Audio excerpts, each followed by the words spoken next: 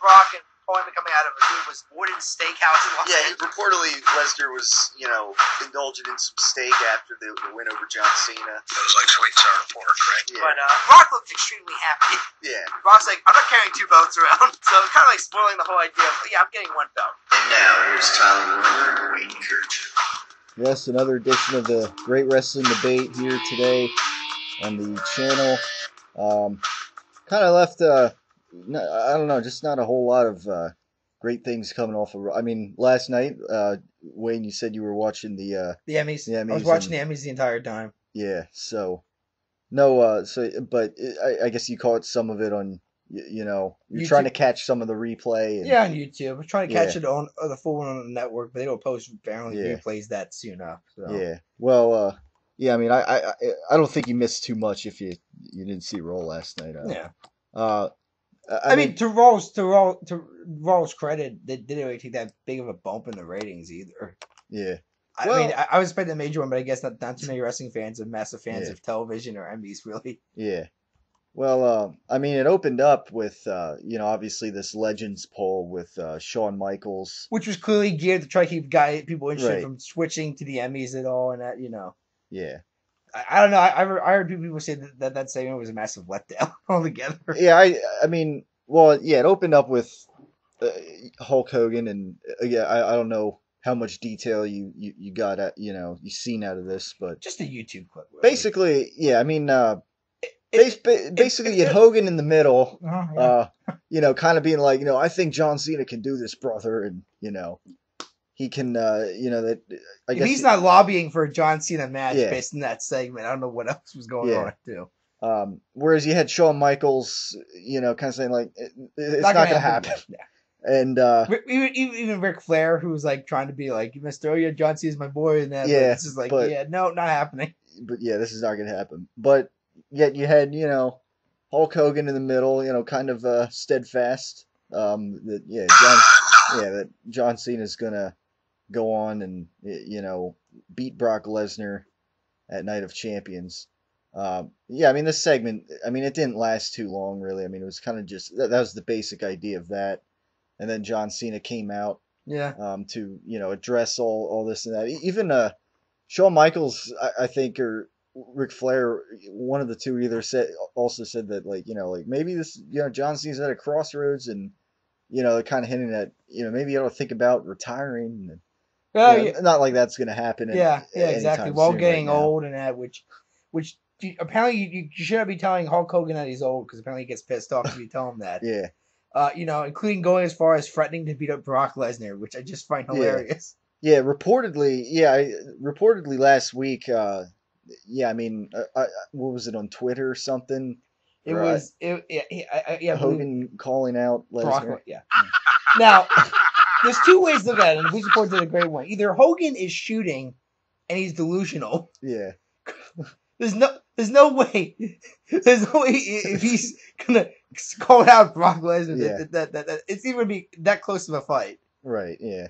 Or he's lobbying for a match against Brock Lesnar, because Hogan does have a history of he doesn't like to lose to somebody and not get a win back, and he did lose to Brock Lesnar in the only match they had in 2002. So maybe he's trying to get for that one more match, brother. That trying to get that win back, and he's still delusional then, because it's gonna happen. That match is gonna be talk about being broken into millions of pieces. Yeah, Brock Lesnar's gonna destroy Hulk Hogan. Yeah. Yeah, I mean, Brock could be as safe as he can. That man's fragile body is just gonna snap. Yeah, exactly. So, but I like Bleacher Report's response to it there. But no, the fact that apparently Brock's whole this isn't party's over, old man. That was not in the script. Brock was just winging it. Party's over, Grandpa. Yeah. Yeah, exactly. And apparently, Hogan went as far as to say that not only was that insult to him, but insult to his family and so on, which I just found hilarious. But this is the same man also that at one point said that at one point he got asked to be part of Metallica at one point. The same man who at one point said he participated in the Little League World Series and hit the game-winning home run for his team to win the Little League World Series, then said that it was not a home run, but he threw out the final strikeout, the final out of the League World Series, and it was just No. He was just on the League World Series team Yeah. and so on. Even though he's never even played baseball, but to my knowledge, and he never even was in the League World Series. But I mean, the list could go on about all the delusional things that Hulk Hogan has said over the years. Yeah, and I don't know, maybe that kind of had something to do with Hogan being the odd man out in the panel and kind of, saying, I think John Cena's going to do this, brother. Yeah, delusional Hogan. Yeah. Or like I said earlier, I mean, he's going to lobby for a match. It's going to be against John Cena. That's the only, because at least people could say, well, John's going to take it easy on him then, and so on and that. I mean, granted, he still has to get his physical pass because there's no way in hell WWE's letting him go on the ring with a bad hip, bad knee, no matter how much he says he still has one more match in him. Yeah. It's not happening. Yeah. So yeah, and then like I said, Cena coming out and kind of like, putting an end to the doubts and this and that, and saying he's essentially at the end of it saying, I'm not just going to Night of Champions to beat Brock Lesnar, I'm going there to beat his ass, and that's that. Then essentially that was that.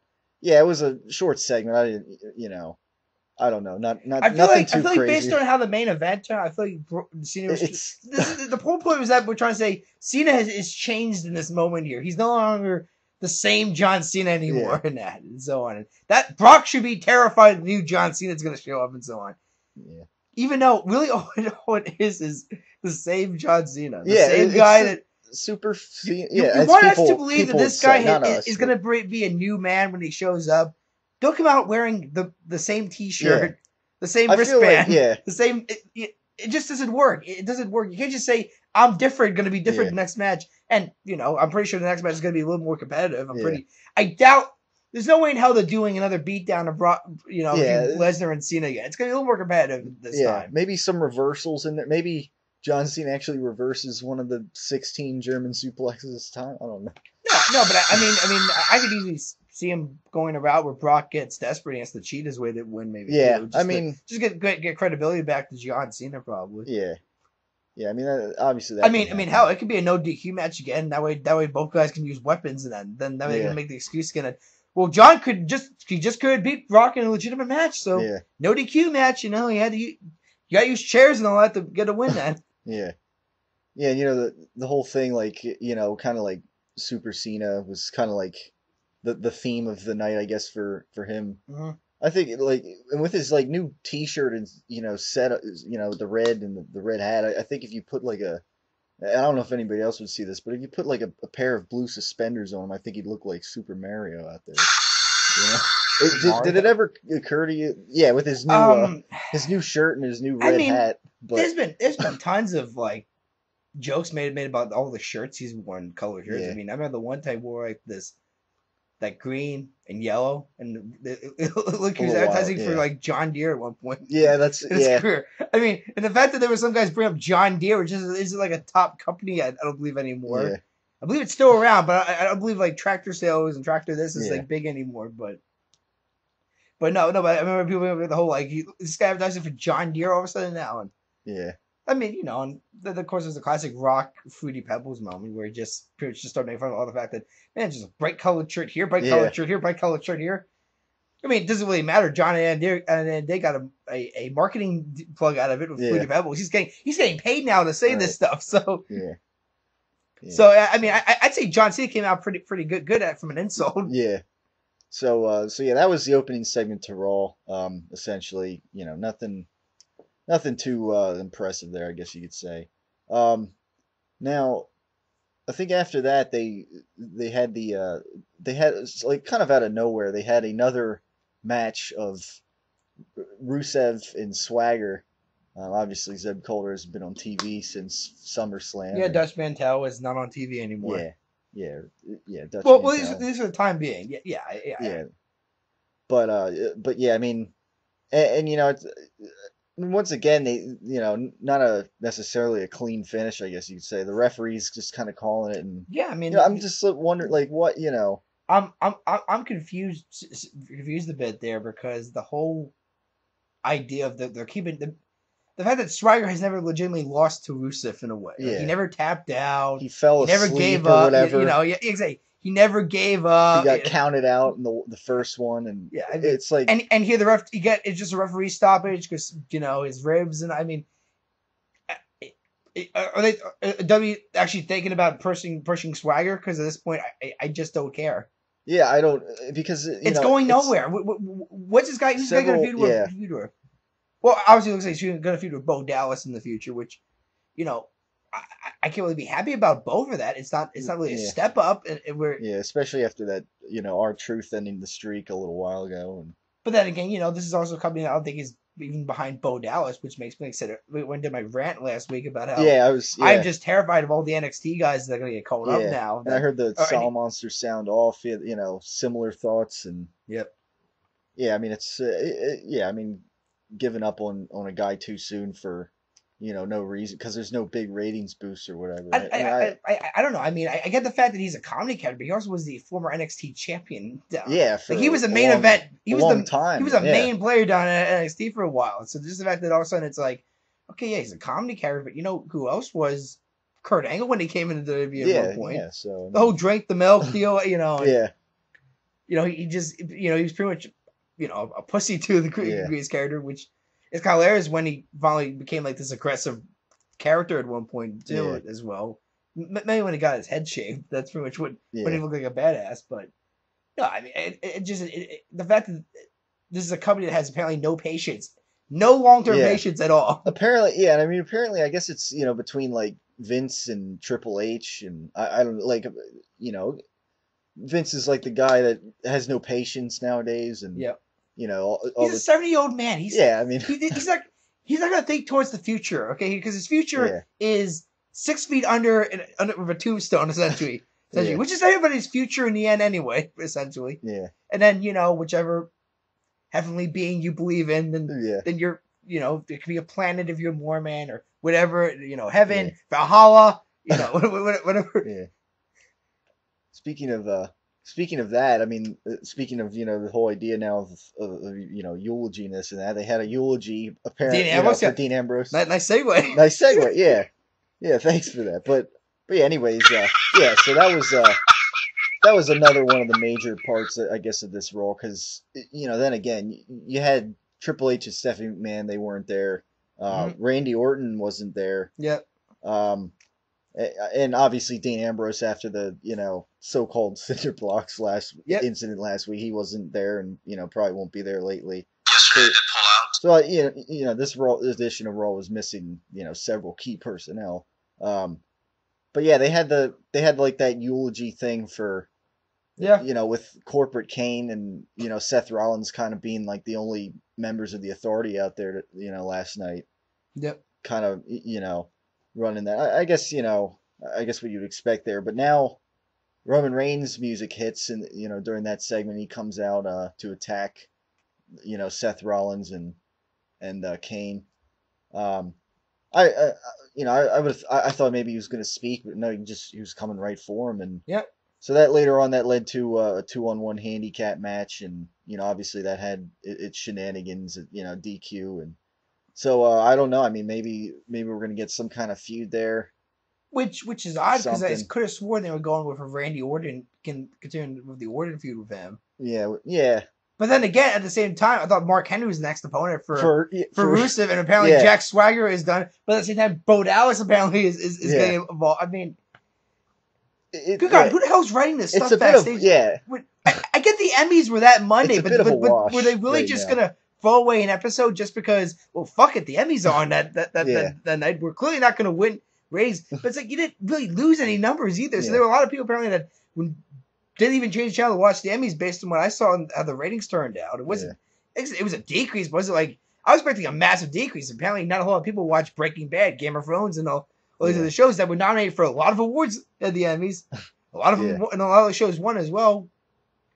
Including Bryan Cranston. Thank God the man finally won an Emmy for that role. And God, I miss Breaking Bad in that. But anyway, getting back to a show that's the longest, but is clearly not the most entertaining show on television. Yeah, and bring that up. But I mean, let's wait and see what happens though when Monday Night Football comes around the corner. Depending on the matchups, I mean, you're gonna have a problem. I mean, obviously, a couple weeks you got the Raw Eagles always and gets the a Colts. always sees a decrease. It hasn't gotten. It's Yeah. low, but they're still holding what I would say decent numbers for cable and that. But I'm just waiting for the day it's a massive matchup and all of a sudden they just lose it. They take a massive loss then. I mean, the Eagles and the Colts are week 2, so I mean, right there, that's probably going to be a big one. Is it week 1 a doubleheader for some reason? Maybe week 1. Yeah, I mean, week 1 might be a doubleheader. So let's see. It's the Giants playing. I know that, which would be interesting. Yeah. Oh, big fan. So I mean, I don't know, but I'm more sure about the second game week 1, which is like a 10. It's the Chargers, yeah, and the Cardinals because those are 2 potential playoff teams there. And yeah. obviously, a win there is good momentum for those 2 teams to get to the playoffs. Yeah. So I don't know as far as the ratings go, but yeah, I mean, so you had Reigns, in that handicap match, and again, they were going to put him through this, the cinder blocks, and it didn't happen though. Reigns threw one against the pole, and apparently Rollins hit Jerry Lawler. Yeah, Jerry Lawler because he just went silent, and Michael Cole freaked out for a moment. Yeah, like I hear it's Michael Cole, like, "Are you okay, Jerry?" or something. It's not like Michael Cole has not witnessed this man almost die on commentary before. Yeah. So so I'm thinking, like, ironically, like, But again, is that really real cinder block? Well, no. It's probably. It seems like something chalky, not chalk, but I don't know. I mean, we'd have to get somebody who. It's a movie prop for crying out loud. It's not real. There's no way. Obviously, yeah.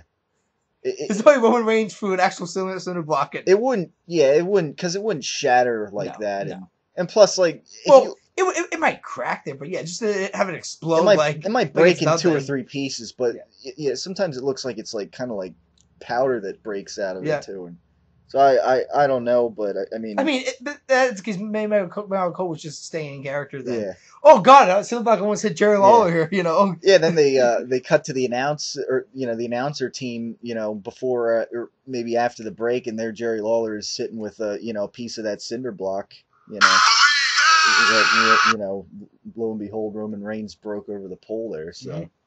So what was your thoughts on the whole eulogy speech that Rollins gave? I mean, I don't know. I mean, it's kind of. I don't know. I mean, I feel like the crowd. I mean, I don't know. I've seen Rollins cut better promos. To be honest with you, but again, I felt like the crowd with the stupid what chants didn't even give this segment a shot. I mean, the thing is too, like, if you notice throughout this feud, really, like, there's not really much Rollins and Ambrose on the mic in the same ring. You haven't really, because Ambrose has had some solid. Well, yeah, he's had some good work, but I mean, I feel like Rollins hasn't had like a fair chance to have like a great pro, which is shocking because that's the one area people thought he needed to definitely work on. Yeah, I mean, you can say the same about Reigns too, in that, but then people also say that his single in ring work needs improvement as well, and yet he's the guy getting shoved through the ceiling right now of this team. And then you got Ambrose, who isn't exactly the most entertaining performer, but he's solid on the mic, a little personality. Right. Shockingly, since this guy was almost billed as if he's going to get celebrated, he's got to be the heel. Yeah. I mean, that's the only thing impressive about the whole Rollins Ambrose thing is that Rollins is been excellent as his hateable person, and Ambrose has been somehow able to get the fans behind him, which just sounds ironic because people just thought, well, Rollins clearly is the babyface because he can do all this amazing shit in the ring, and Ambrose, look at the man, he looks like you want to just throw something at him. Yeah. Speaking of the individual members of the Shield now, did you see the Shield special last week? I saw it. Yeah, I saw it. Wasn't bad. Yeah. I mean, it's one of those documentaries where they mix reality and storytelling. Right. Yeah. Which I mean, it's kind of exclusive content. It is because it's not going to be on DVD. Right. And that I think it was bad. Yeah, I mean, I thought it was pretty cool. Actually, I think they did a tremendous job with Reigns. Because people always look at Reigns as like, well, he didn't go for the independent scene like Rollins and Ambrose did. He didn't claw his way through, and that he's from a generation family, and that he clearly we don't know how those guys get treated in this company, and that but I mean the story they told pretty much is like, look, his option was football, which clearly was not going anywhere. Yeah, or going into business. He has to provide for his daughter and all that there. Right. And so I mean, honestly, that's probably the best way you can try to get people sympathy. sympathetic to this guy. Yeah. So, but yeah, I mean, I enjoy. I mean, it was kind of cool. Yeah, it wasn't bad. They go back and through the different guys. Ambrose, the thing he cut in the beginning and at the end was best about the whole thing too, which he said was like, whether we're friends or enemies, at the end of the day, we're gonna own this business. Yeah. And I mean, to me, that was pretty cool. That was just a perfect moment right there, pretty much. Yeah, and I mean, you got. Well, obviously Reigns is getting a big push, and Mr. Money in the Bank, Seth Rollins, and Ambrose. I mean, he's gotten over on his own. WWE would have he's probably the most over one right now. Yeah. But yet he's probably the last guy right now. And there's a ladder right now. Obviously, people would say Reigns might be at the top. Rollins could easily get to the title before anybody else. Well, as long as it's unpredictable. And Ambrose is somewhere in the bottom there. People just say, he could easily just claw his way up there somehow. Yeah. I mean, WWE would have to be foolish to. And look, the way they were promoting it was like, hey, look, if there's a new generation of guys. Here are the three guys right here, easily the spot out. Yeah. I mean, if you're gonna go with a new logo, you might as well start pushing new guys in that. Right. Yeah. Yeah. Exactly. You want to fight that, because usually a new anything means change now. When you see something new, it's supposed to. People expect new, not the same stuff that you've been showing them the last 10 years. Yeah, exactly. So, but that was again. I mean, a lot of people missing on this edition of Monday Night Raw, so obviously that shook things up a little bit. Yeah, I mean, it was a little bit confusing too with the end, how Mark Henry and Big Show. Yeah. You're wondering, is Mark Henry going to face Rusev at Night of Champions, or are they going to team up and be a tag? I thought this tag team was. I thought this tag team was going to be going for the tag belts at one point. Yeah. Obviously, that's going to Goldust and Stardust now. That's the new feud apparently for the Usos now. Yeah. I'm not. I don't know. I'm not too thrilled with that. I'm intrigued with the heel turn. Yeah, I mean, you figure that had to happen considering the Usos are baby faces, and you just wouldn't see them. Also, Goldust and Stardust really weren't doing anything as baby faces. Yeah, except cutting these strange promos backstage every week.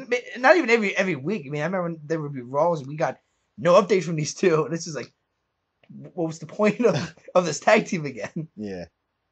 So I mean, right now, I mean, again, I mean, we'll see what happens in the future as far as Mark Henry and Rusev goes, because that wasn't, really, I guess, returned to on Raw this past week. Mm-hmm.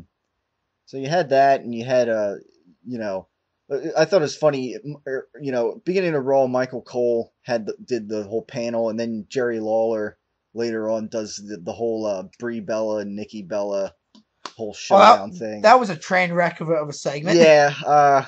And again, I mean, Stephanie McMahon wasn't there, so I mean, now it's like just Brie Bella and Nikki Bella, and Jerry Lawler in the middle, which means nobody gives a crap. They just don't. They don't give a.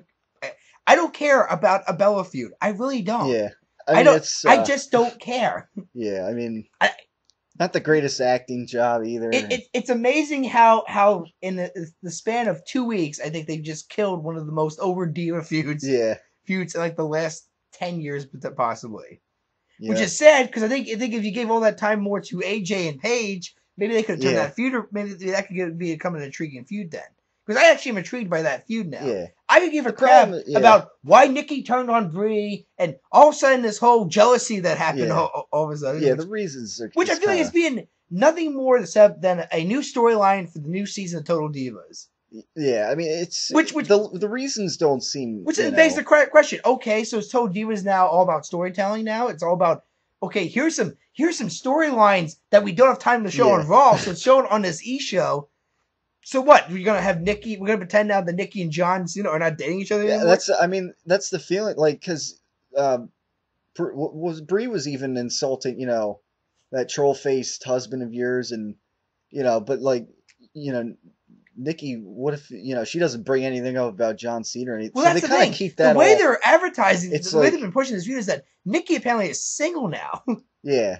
Which, best to my knowledge, is not accurate. Right. Yeah.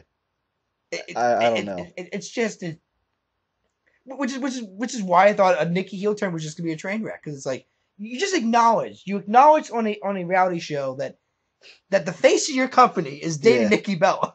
Yeah. So, okay, if Total Divas is all about storytelling and more or less actual reality in that, then this is just going to confuse the hell out of the fans then, essentially, more than anything. It's just going to dig a hole deeper and deeper and deeper that you're just never going to get out of, essentially. Yeah, so, I mean, you got that, and I don't know, the Bellas, I don't think they're the greatest on the mic and greatest of actors, I guess you could say. I don't know.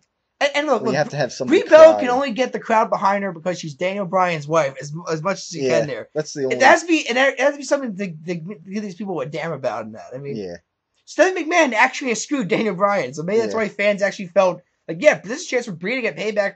Avenge all the screw jobs that her husband went through in that. Yeah. Now the storytelling is Nikki just hates Daniel Bryan all of a sudden and all that. Yeah. Even though she was Brie's maid of honor at the wedding and everything and that. I mean, it's and then apparently a couple weeks ago you had that whole affair thing, and that now they kind of had to pull that idea out of because that was a stupid idea, right? Yeah, and the slip. Yeah, so I mean, I don't know. But now it's like, oh well, shit! It's already a cluster. Let's just keep going with it. Let's just blow this thing up as fast as possible. Yeah.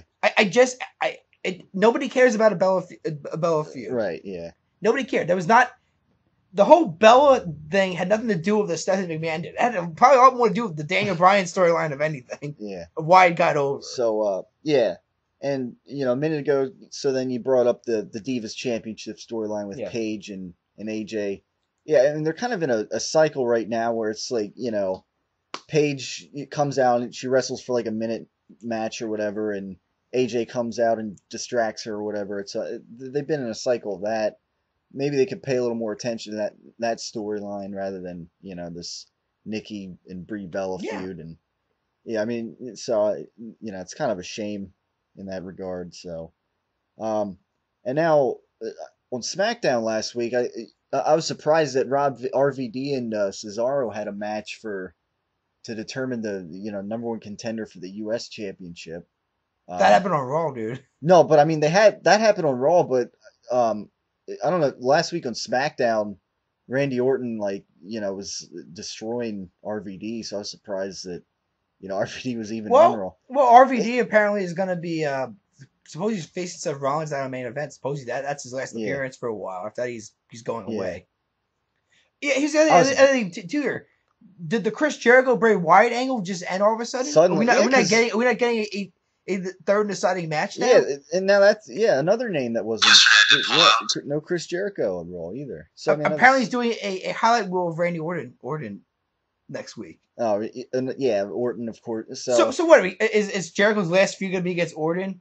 I mean, is this just so Orton can get a win back? Yeah, and, because obviously Jericho's losing on his way out because he's got only maybe 1 month left of the company before he's going and taking a break, much like Rob Van Dam's taking a break in that. So what do we need to give Orton a win back? Okay, I get that. You can have him beat Roman Reigns once. It's not going to kill. Yeah, I mean, it's not going to kill the Roman Reigns character. Exactly, because we thought that he'd lose at SummerSlam anyways, and then that Roman Reigns would maybe get a win back. But yeah, I mean, I don't know what. So we're not going to get a chance to put Bray Wyatt over, which Jericho was clearly trying to do. Yeah, apparently, they're going to have a third battle here at Night of Champions, and Bray wins. Jericho wins the war. Bray wins the war. Although people could say he kind of won the war at SummerSlam as well. Yeah, since he cut this promo. I don't know. Usually when it's 1-1, it's a tie. Usually you want to break a tie. Yeah, like this I don't know how it went where a tie is considered a win. Then again, this is the same company that says the word exclusive, that shows exclusive content on television, so it's basically not exclusive anymore. Says the face of the company is the most controversial figure, even though the term is polarizing figure. Yeah. So apparently this company needs to get a hold of a dictionary and learn what words mean. I just think somebody owes us an explanation, that's all. Yeah, and then, of course, too, with Cena and Lesnar, they bring up, this whole thing at Night of Champions is going to be like a rubber match, essentially. And it's like, well, that's, so they're not going to have a rubber match with Bray Wyatt and Chris Jericho. They're 1-1. Yeah. And again, here they're playing it up. But then again, at the end of Raw, if it just feels like the entire Wyatt family got buried. That was another complaint I had. Like, all of a sudden, like, Cena's going to come back and he's going to face Bray Wyatt, in the main event.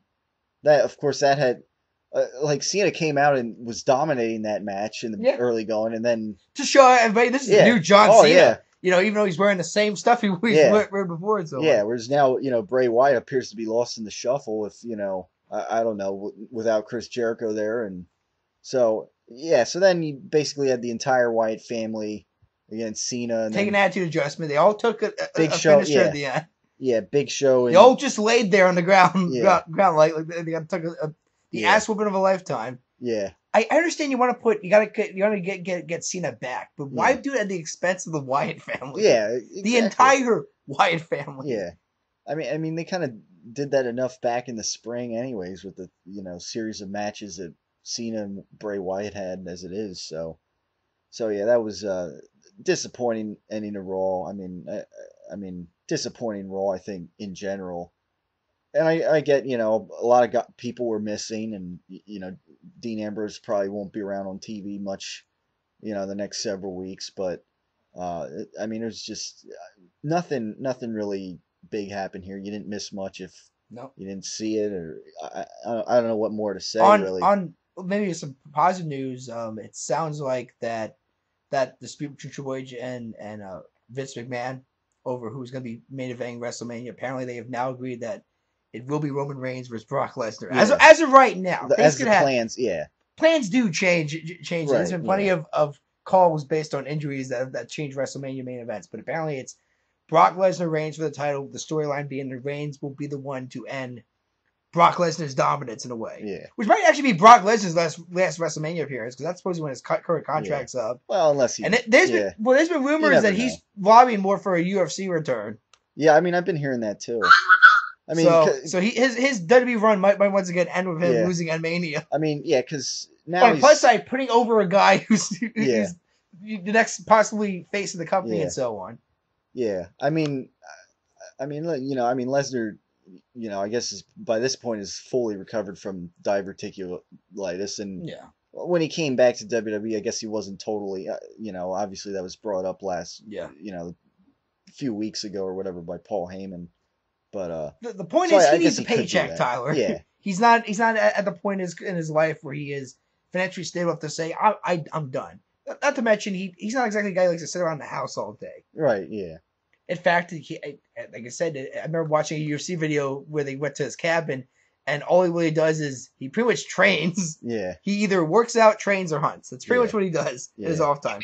In other words, he doesn't just sit on the couch, and just say, "Oh, I can relax for a moment." Yeah, obviously. There's not. Apparently, the way Brock relaxes is gutting a deer. Essentially, that's the way he can calm down and just relax, not think about fighting or wrestling at all. Yeah. Yeah, exactly. So yeah, but I've heard the same, possibilities that he could make a UFC return. I though am terrified though of the fact that there are people who have already given up on Roman Reigns to the point where where there are people demanding that if Daniel Bryan comes back, he better be the guy facing Brock Lesnar in the main event of WrestleMania 31. Yeah. Can I educate people on the Daniel Bryan fans out there? Yeah. Daniel Bryan is not the future of this company. Yeah, and he is not. He is younger than John Cena by a measly 3 years. I believe he's 34 years old. 34, yeah. That's not future though. Yeah, and he might be considering and considering that he just had neck surgery. Yeah, he might be like an older 34 in that sense as far as. Granted, if he had a second neck surgery, that's it. He's no longer getting pushed for the roof. And he's gonna start thinking about retirement at that point, because once you get that second neck surgery, they gotta do spinal fusion. This is what Edge, Austin, that pretty much would ended their careers. They're just running on fumes. It was just a matter of, okay, let's keep going until the doctor eventually tells me, dude, you can't go anymore. It's too much of a health risk for you. Yeah. Keep going, you're gonna end up in a wheelchair. Right. Yeah. But I understand. And I saw those people why Bryan should have been the main event at 30. And not Batista. Yeah. Batista just having, first of all, the fact that for a third straight WrestleMania, that here comes this part-time guy who had no business with the company like the last couple of years, all of a sudden just walks in all of a sudden and says, "Yeah, guys, I'm back." And just slide me in that main event spot, and so on. Yeah. When clearly Bryan was the guy who was the workhorse that year. He clearly was the guy who was in the main feuds and all that. And, he kept coming up short and all that. And clearly people just thought, no, he should be the guy walking with the belt. He worked his ass off. He deserves walking with the belt. And obviously, they eventually turned Batista heel and blah, blah, blah. The rest is pretty much history and so on. Roman Reigns is different, though. This is a guy who's full-time. He's worked his ass off the past couple of years. He stayed healthy, too. I understand why there's people maybe saying, okay, but he's not the guy we want from the show. We want Ambrose. I can understand people want to maybe say, oh, no, it should be Ambrose in this spot, not Roman Reigns. Reigns is just not ready yet for main event level. We think Ambrose is. I get that. But I hate the fact that all of a sudden it's Bryan has to be on everything now. Bryan has to be this guy and this guy and this guy. He's not the future of the company. Yeah. And I'm not just saying to be like Triple H heel guy, Yeah. The guy's not a B+ player. He's an A+ player, obviously. Yeah. But he's not the future of this company. It's somebody who's in their 20s, somebody who's, which is what pretty much all three members of the Shield is, which is why you look for your future of the company right now. It's one of those three individuals right now. And clearly they think Roman Reigns is the guy. He has the look. Which, yes, is the Vince McMahon, well, this guy's pretty big. Yeah. But he does have athletic ability. Yeah, I get it. He gets accused of using the same setup for his finish and that. Every main event wrestler we watch it, even from the technician of Bret Hart, Yeah. What was it like? Like Russian leg sweep, an elbow off the top, then it blends, eventually locks in the sharpshooter, finish. I mean, seriously, you watch a Bret Hart match. That's serious. That's the finish sequence for usually for a Bret Hart match, which is no different than John Cena's 5 moves of doom and so on and that. Yeah. It's just the fact that it's Bret Hart. He's a technician and so on. Yeah. He's not a brawler like Cena is. I mean, but like I said, if it's Roman Reigns and Brock Lesnar, to me that's a standpoint from a company finally thinking, okay, we need to think long term. Right. Especially if that's the main event. Now, is it gonna be an entertaining match? I don't know. Brock doesn't really do entertaining matches anymore. And I don't know if Reigns is gonna be able to bring out the best in Brock Lesnar and so on. I don't know. I mean, it's obviously interesting, but like I said, to me the storyline's gonna be essentially, Brock Lesnar essentially and Paul Heyman saying, look, kid, look at all the guys that Brock has been beating. Yeah. All the veterans in this company and that. Yeah. What luck do you have? You're a nobody. Yeah. You've done nothing. Essentially. So what do you think your odds are of being the beast, being the man, essentially, Brock Lesnar, the legend that is Brock Lesnar in that? I mean, and look at the rest of the card. It's actually, if depending on what happens with the rest of the card, this might not even be an entertaining Wrestlemania as far as match quality goes, but build up, it might be might be one of the best as far as build goes, because if we have Sting Undertaker, well, I'm not expecting a 5-star match classic with those two guys in there, and even if it's Triple H and Sting, it's gonna be a better match probably than Undertaker, but I'm not expecting a 5-star match quality. If it's John Cena, Hulk Hogan, well, I'm not expecting a high quality match either, but the hype in that match is gonna be tremendous. Yeah. Like I said, I'm not expecting a 5-star match between Roman Reigns and Brock Lesnar, but as of right now, he's the guy they're going for. Yeah. And I would take anybody at this point, as long as it's not John Cena on the podium again for another WrestleMania. Yeah. Yeah, because like I said, last year, was Daniel Bryan's WrestleMania, definitely. And he's already an established, he'll be an established main eventer. And let's keep in mind here, too. Let's keep this in mind, too. Bryan did what CM Punk never ever did in his career. Yeah, he closed the Mania. Yeah. And he closed the Mania where the Undertaker streak was defeated as well. Yeah. Right, yeah. So in my mind, if you could chalk up Daniel Bryan's career, he's already accomplished everything he needed to accomplish in his career. Yeah. No, is he going to maybe have 1 or 2 more world title reigns? Yeah. Doesn't need to happen at WrestleMania again. Doesn't need to happen in the main event. Yeah. But I got this feeling again that it's going to be, we got to punish Roman Reigns because he's the big guy, and so on and that. Yeah. I mean, look, he's no great Khali either. I mean, I really don't know why all of a sudden we're gonna hate every big guy. I mean, look, when Mark Henry was already a champion, he wasn't a bad champion, and his matches weren't bad. Yeah, they weren't bad. Yeah. So I don't know what all of a sudden it's big guy. We gotta hate a big guy now. Now it's like it's not like there's a I don't get why all of a sudden it's okay size now all of a sudden there's this hatred toward big guys all of a sudden. I get it. There's been this history, but there's also been small guys that have been pushed in this company as well. Yeah. There's not a lot of them, but still. Yeah. Recent years, Daniel Bryan and CM Punk, obviously. So, there's a couple of them. But I said, lost my train of thought. Well, But welcome to my world sometimes. Yeah, but and I don't know what you think, but I feared like complaints from like Kevin Castle, like, oh, Roman Reigns has got to change his gear and this and that. It's just like kind of silly complaints with Roman Reigns right now, and I don't know. I mean, I think Roman Reigns, maybe he could use a few more like grappling moves, maybe. Yeah, he's like I said, mix it up. He's got a couple more months to. He's got his own, yeah. But like I said, if he's not ready, if WWE officials think this guy isn't it, then you go with Dean Ambrose then, because even though I have reports of people saying that they don't think he's main event ready. Well, I'm sorry, I'm pretty sure I heard an entire arena get behind this man on the main event of Raw. If they put him, so I don't know what they've been looking at as far as he's not ready for main event level. I mean, if they were to put him in a main event feud tomorrow, I'm sure with whoever it is, John Cena or Randy Orton, whoever it is, I'm sure it'd deliver. From his. The point is, it should be Brock Lesnar champion versus some young new guy. Yeah. It should not be The Rock. Yeah. Coming back for another WrestleMania, and then leaving after another WrestleMania. And look, and I don't hate Dwayne Johnson for being a movie star. In fact, at this point, I kind of wish he would maybe take a break from wrestling and go back to just focusing on movies, because I mean, he kind of is. His quality has kind of gone down a bit with the whole deal in it. And to me, it's calling Batista as well. I mean, supposedly there are reports that maybe Batista, as soon as his contract's up, he's probably going to be just going back and focusing on movies then. Yeah. Just because there is a risk. You get in that ring, you tear an ACL, you lose a part in a movie then. Yeah. Because they want you to move around and all that stuff. Yeah. So I can understand why Batista and The Rock don't want to be in a movie anymore. Yeah. Yeah, and I would think Rock too would be more in favor of Roman Reigns. His cousin. Because his cousin of all people. Yeah. Look, if The Rock needs to be in a match at WrestleMania, honestly, I haven't faced Randy Orton. Yeah, I mean, those two never. I mean, they never had a one-on-one encounter. As best that's true. Knowledge. Yeah, and they're both third-generation superstars. So to me, the match hypes itself up. And right. Yeah. Orton, as best of my knowledge, has no feud planned for Mania right now. Yeah, and I mean, like, instead of just giving him a four-way feud like they gave him with Kane a few years ago. Yeah, 26.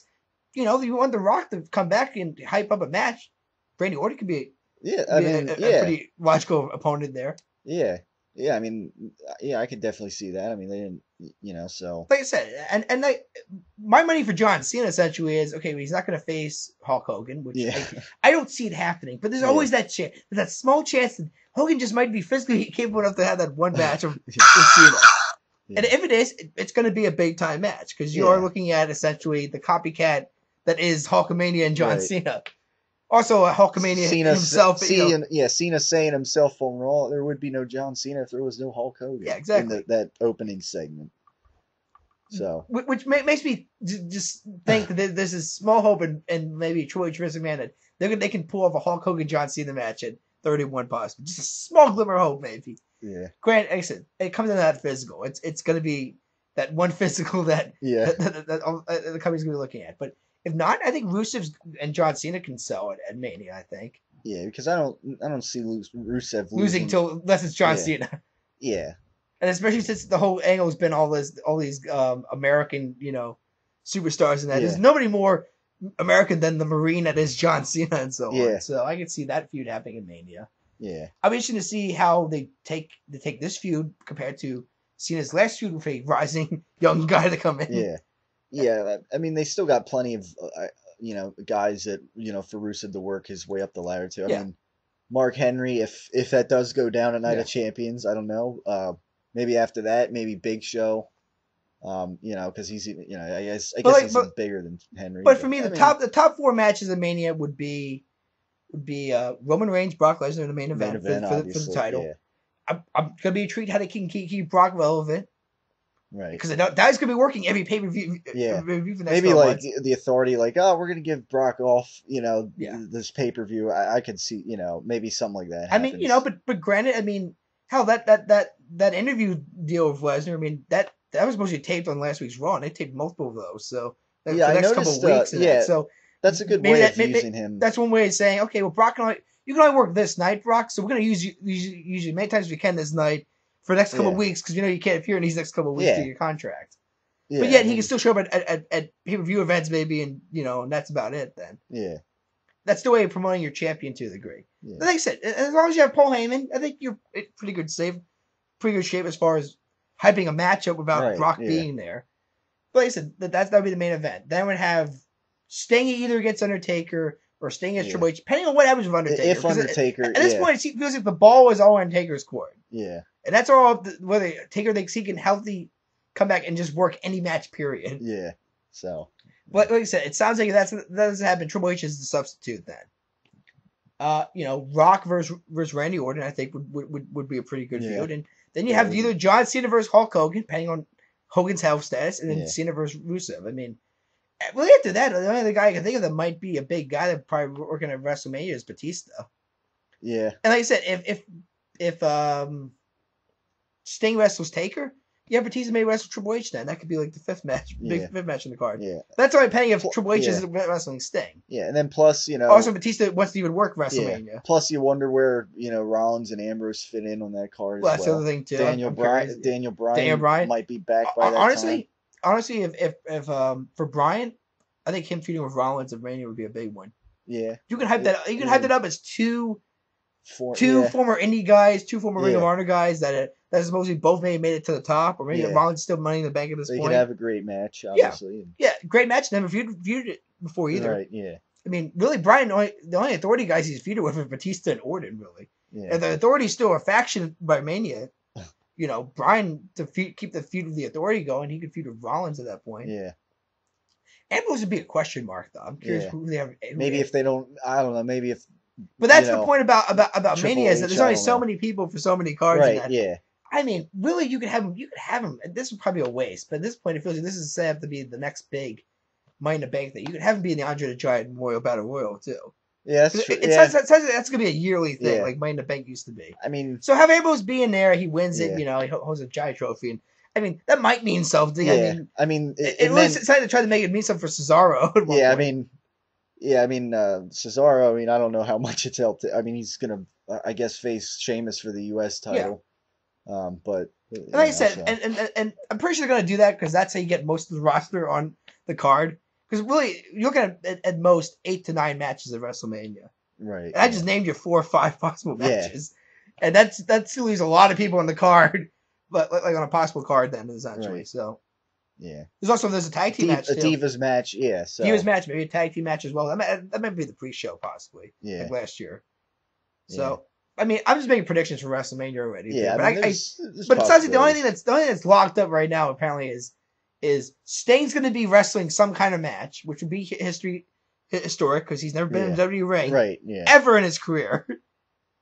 And Reigns facing Brock Lesnar right now. Now, unless how we get there, I don't know. Yeah. John Cena could win the title back. Rollins wins it back, and at some point down the line, Brock Lesnar beats Rollins for the belt. Right. They could be in dominant fashion nonetheless too. Yeah. But honestly, it sounds like the current storyline is Brock's going to be this dominant force. It really sounds like it's going to be working more pay-per-views than just Night of Champions. I don't know how many more pay-per-views going to work till Mania, but it sounds like he's going to face knock over a few more guys to add more credibility to him. Maybe Batista comes back. Somebody has brought that up too. Batista could be a feud. Yeah, because he was mentioned a while ago about being in the the WWE title picture. Yeah. That's a WWE. He does still have this. Yeah, does still have that rematch clause. Yeah. He's supposedly Orton still has one too. But who knows what's going to happen there? Really. I don't think Orton wants to use it on Brock Lesnar. I think they might sweep it under the rug or. Like I said, and the whole debate has been, well, if he comes back, and people are still going to boo him. Well, I don't really like them in Guardians of the Galaxy, and the reason why I never really hated Batista in that. I really never. The reason why I was finding people booing him was because he came back at the wrong time, dude. Right. Yeah. He took the wrong person's spot. And the fans let the everybody know about that. The company know that there. Yeah. Like I said, wrong guy. It was the wrong guy at the wrong time, in the wrong spot. Right. Yeah. And I also don't think that the fact that The Rock was. was pretty much doing the same thing the past couple years. That didn't help me either, because at that point, I think there's some people simmering a bit when you had Rock Cena 2 at WrestleMania 29. It's like, well, this is just pure laziness at this point. Yeah. So, like I said, to me, if fans boo Roman Reigns, they're missing the whole point of what a future star is. Right. Yeah. It's not just the look of a guy; it's the age of a guy too. Because age means a lot when it comes to mileage of a superstar. Yeah. And Roman Reigns clearly is younger than Daniel Bryan. Yeah. And it's kind of, let's think future. It's not Daniel Bryan. It's Roman Reigns. Right. Yeah. Yeah. I mean, he's like 5 years younger, and you know, in theory, maybe more than that compared to Daniel Bryan, considering Roman Reigns isn't, you know, doing diving headbutts and all that. So he does have longevity in that. Yeah. So there you go. So yeah, I mean that's you know, I guess that's the basic idea right now of, you know, what we're looking at.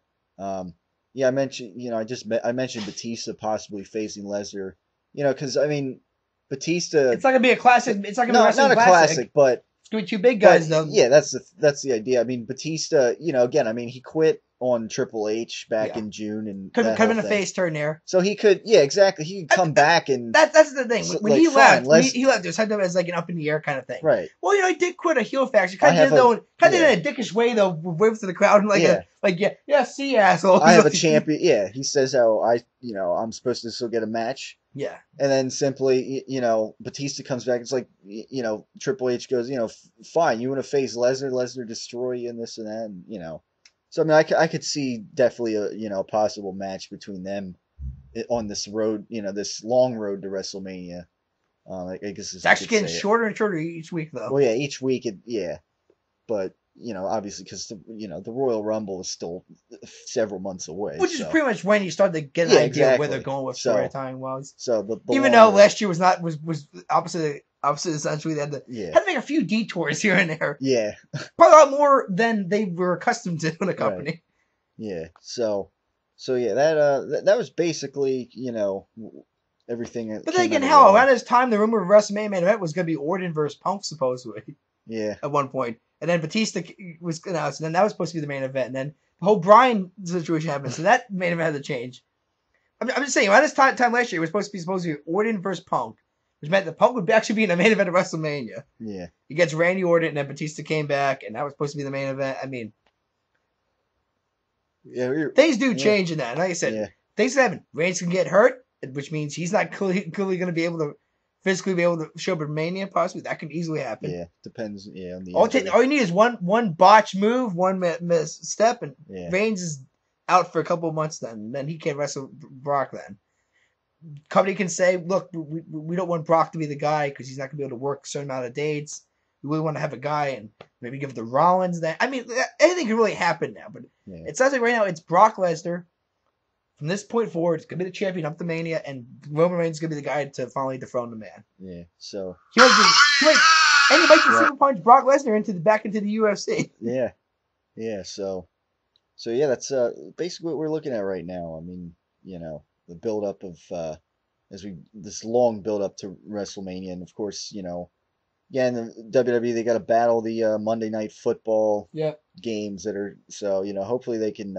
Hopefully next week, I think maybe there's... Still a way better shape than a certain other company that might be folding by the end of this year, it sounds like. Right, yeah. But yeah, I mean, hopefully, you know, you got more people back next week on Raw, and hopefully maybe a better, you know... Maybe we don't have to... Maybe hopefully next week we don't have to be thinking too much about WrestleMania down the road, but... After this week on Raw, I mean, but I'm hoping by next week we actually have an idea of what everybody's doing, right? Feud-wise, because at this point, for Night of Champions, because at this point, it felt like they gave up on certain feuds right off the back right away, and just pulled a few audibles here and there. I don't know. Maybe a lot of entrants just didn't want to even be there because the Emmys were on. Maybe there's a lot of superstars that are big Emmy fans, and want to watch that instead of showing up at Raw, possibly. I mean, no Orton, no Jericho, and so I mean, obviously that kind of threw a bit of a monkey wrench on this episode of Raw this past week. But yeah, I mean, hopefully next week again, you know, hopefully things, you know, be a little more exciting next week, I guess, as you could say. So, with that in mind, that'll close it down for the Great Wrestling Debate today. As always, send in your comments or thoughts and subscribe to the channel as always, and Stay tuned for the Great Wrestling Debate, as always, next week.